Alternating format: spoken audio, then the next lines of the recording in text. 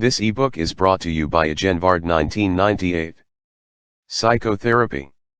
Klein, Mahler, Kohut, and Bowlby were all psychoanalysts trained in orthodox Freudian practices.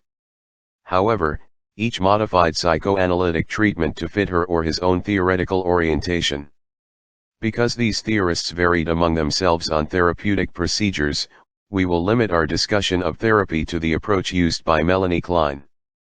Klein's pioneering use of psychoanalysis with children was not well accepted by other analysts during the 1920s and 1930s. Anna Freud was especially resistive to the notion of childhood psychoanalysis, contending that young children who were still attached to their parents could not develop a transference to the therapist because they have no unconscious fantasies or images. Therefore, she claimed, young children could not profit from psychoanalytic therapy. In contrast, Klein believed that both disturbed and healthy children should be psychoanalyzed. Disturbed children would receive the benefit of therapeutic treatment, whereas healthy children would profit from a prophylactic analysis. Consistent with this belief, she insisted that her own children be analyzed.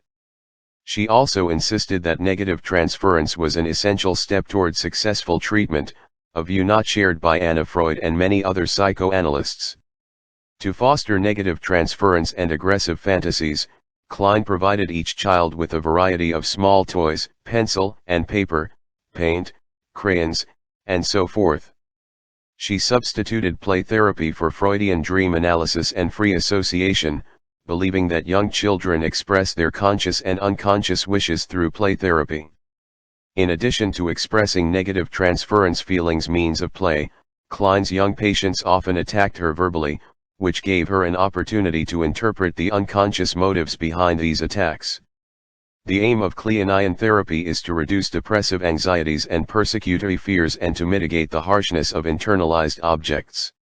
To accomplish this aim, Klein encouraged her patients to re-experience early emotions and fantasies, but this time with the therapist pointing out the differences between reality and fantasy, between conscious and unconscious.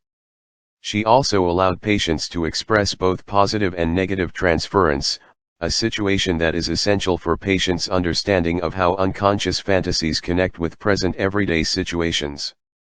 Once this connection is made, patients feel less persecuted by internalized objects, experience reduced depressive anxiety, and are able to project previously frightening internal objects onto the outer world.